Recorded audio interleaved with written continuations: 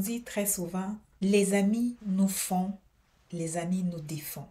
Les amis, les amitiés, les relations, ça fait notre bonheur, tout comme ça peut faire notre malheur.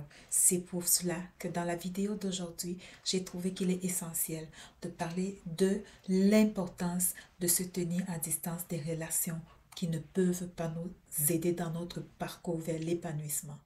Bienvenue sur la chaîne de l'épanouissement global. Mon nom c'est Josiane Carole. Aujourd'hui, on va parler d'un sujet assez important qui concerne les relations toxiques. Quels sont ces groupes de personnes dont tu devrais t'abstenir quand tu vises haut, quand tu vises grand, quand tu vises l'épanouissement en un mot? Très souvent, c'est assez clair que nous avons besoin des amis, tout comme les amis ont besoin de nous. Sauf que souvent, mal entourés, nous produisons des résultats qui vont à l'encontre de nos attentes. Et deux fois même, nous ne sommes pas en mesure de prendre conscience de ce qui peut nous nuire. C'est pourquoi dans la vidéo d'aujourd'hui, je viens te suggérer de réfléchir, de penser à ces groupes de personnes qui t'entourent, à qui tu donnes une grosse partie de ton temps et de voir si cela te rapporte intérêt vraiment. Le premier groupe de personnes dont je voudrais que tu te mettes en garde, ce sont les personnes qui ne croient pas en toi. Bien évidemment, quand ces genres de personnes te rencontrent, tout ce que tu peux leur dire, elles y mettent toujours de la négativité, elles y mettent toujours un blocage, elles voient toujours l'opposition et ce qui risque de ne pas marcher, pourquoi ça ne va pas marcher et t'expliquent la difficulté qu'il y a dans le projet. Ce genre de personnes projettent en toi leurs propres peurs et leurs limites constantes. Au lieu de te poser des questions et de t'encourager, elles vont plutôt chercher à te freiner, te ralentir, te décourager. Généralement, ce genre de personnes, comme j'en ai parlé dans l'une de mes vidéos, elles sont très fréquentes. Quand on leur dit des projets, elles sont prêtes à nous ralentir. Alors, si tu veux réussir, si tu veux progresser en cette année 2023, il faudrait que tu t'éloignes des personnes qui ne croient pas en toi, qui voient seulement tes difficultés, tes limites, tes obstacles, les choses qui ne peuvent pas marcher. Oh, tu n'as personne. Oh, tu es seul. Oh, tu n'as pas de diplôme. Oh, qui va t'aider? Est-ce que tu connais? Ils vont te montrer toutes les limites, sauf la possibilité d'y arriver. Détourne-toi de ces gens, ne leur donne plus tes oreilles. Le deuxième groupe de personnes dont il faut vraiment se méfier est complètement éloigné de, je dirais, dans le sens que tu ne leur accordes plus tes oreilles, ni ton cœur, ni ton attention. C'est le groupe de personnes qui cherchent à te rabaisser. Oh oui, il y a ce genre de personnes.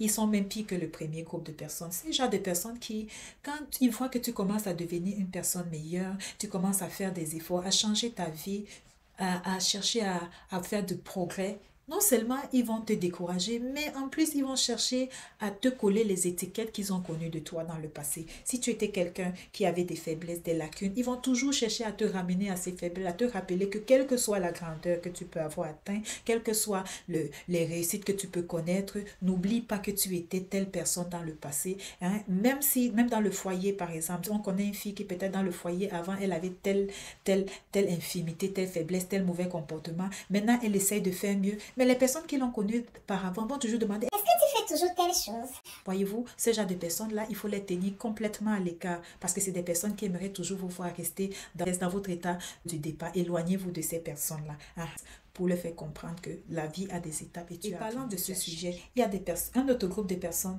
dont il faudrait vraiment se mettre à l'écart. Ce sont les gossipers, comme on dit en anglais.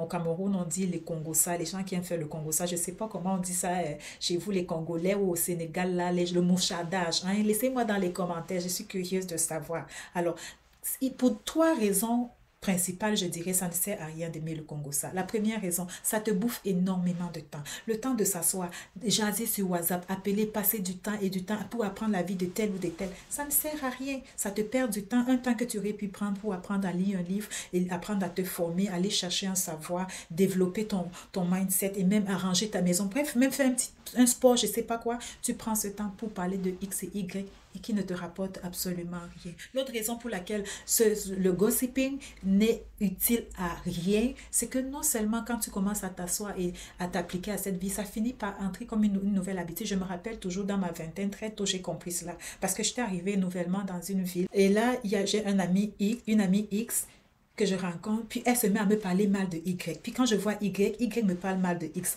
Le comble, c'est que quand je vois X et Y ensemble, elle cause, elle rit comme si de rien n'était. Mais j'étais choquée. J'ai dit, mais voyons, ça, c'est deux personnes qui m'ont parlé mal l'une de l'autre. Mais tout d'un coup, je les vois, elles causent comme si de rien n'était. Puis on te met là, chacun veut te tirer de son côté. Puis j'ai compris la leçon. J'ai dit non, parce que non seulement le gossiping, ça te pousse à devenir hypocrite, ça te perd du temps et en plus, ça t'amène à développer une vie de mensonge que tu n'as pas besoin ni dans ta vie chrétienne, ni dans ton chemin vers l'épanouissement. Ça ne fait que te ralentir et te vider. Et la troisième raison pour laquelle le mouchardage n'est pas important, c'est parce que partager ses secrets, parce que tu aimerais recevoir les secrets de l'autre, ça te rend vulnérable. Une sagesse dit, ne laisse jamais tes amis connaître où tu as enterré tes secrets.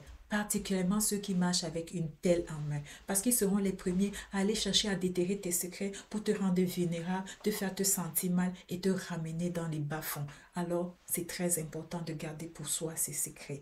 Que ce soit tes secrets de réussite ou tes secrets où tu te bats, garde-les pour toi. C'est la raison pour laquelle même McDonald's, malgré qu'il a déjà des millions et des millions et des millions en banque, il continue à garder précieusement le secret de son hamburger.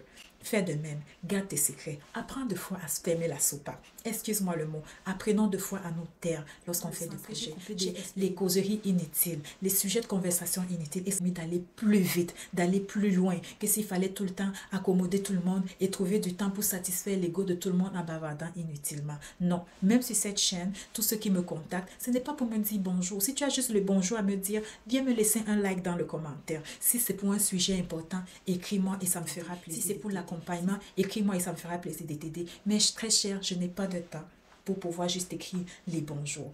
Alors ça, c'était juste une parenthèse.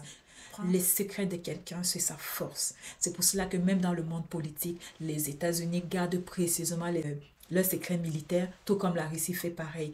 Alors, révéler tes secrets, c'est te rendre vulnérable aux autres. Même pas à tes meilleurs amis, tu ne devrais les faire. Que ce soit des bons secrets ou des démons avec lesquels tu te bats, tu devrais apprendre à les garder pour toi-même. Pour la simple et bonne raison que le jour que tu voudras, si une amitié finit, tu n'as pas besoin de pouvoir commencer à vivre dans l'anxiété, la dépression, parce que tu te dis peut-être que tel ou tel finira par révéler mes secrets au grand jour. Non.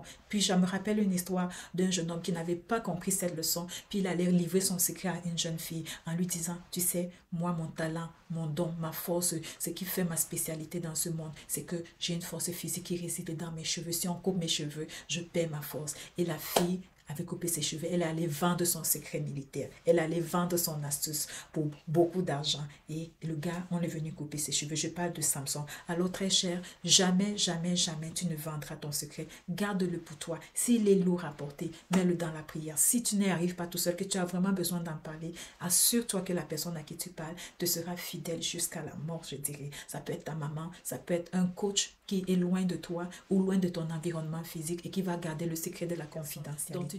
Le quatrième groupe de personnes dont tu devais absolument te tenir à l'écart, ce sont les personnes qui ne respectent pas tes limites. Tu as décidé, tu es un jeune garçon, une jeune fille, tu as décidé de changer de vie, tu veux arrêter avec les filles, tu veux arrêter avec les garçons, avec la drogue, la cigarette, toutes ces mauvaises choses qui te perdent du temps. Tu ne veux plus perdre du temps à t'asseoir, à parler des choses inutiles, mais tu veux vraiment, par exemple, réaliser le projet du Canada et tu te rends compte que tu n'as pas d'expérience, tu n'as pas de compétences, tu ne sais pas faire quelque chose de spécial, tu veux te mettre au travail, commencer à travailler pour te cultiver, puis tu as les gars qui sont toujours en train de venir te tirer, te sortir de ton projet.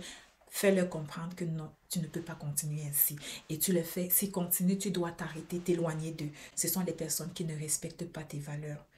Les personnes qui sont toujours en train de vouloir te dénigrer, que ce soit dénigrer ta foi chrétienne ou dénigrer tes valeurs de famille. Chez vous, on respecte les parents, mais ces groupes de personnes-là disent, ah, c'est vieux jeu les parents. Tu dois pouvoir décliner leur invitation, pouvoir savoir leur dire non. Quand ils t'appellent ou quand ils t'invitent, tu dois être capable de dire non, je ne peux pas continuer ainsi parce que j'ai un rendez-vous, j'ai un livre, j'ai une formation, j'ai un appel. Trouve des excuses pour pouvoir ne plus retourner avec eux. Parce que ces personnes ne respectent pas ton désir de t'épanouir, ils ne respectent pas ton désir d'aller de l'avant, alors tu dois t'éloigner de ce genre de personnes. Soin de toi et prends soin de ton environnement. Parce que nous sommes tous comme des graines. Nous pouvons produire 30, 60, 100.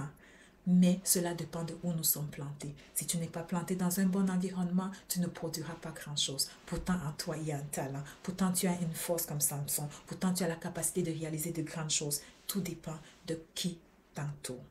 Peace and joy.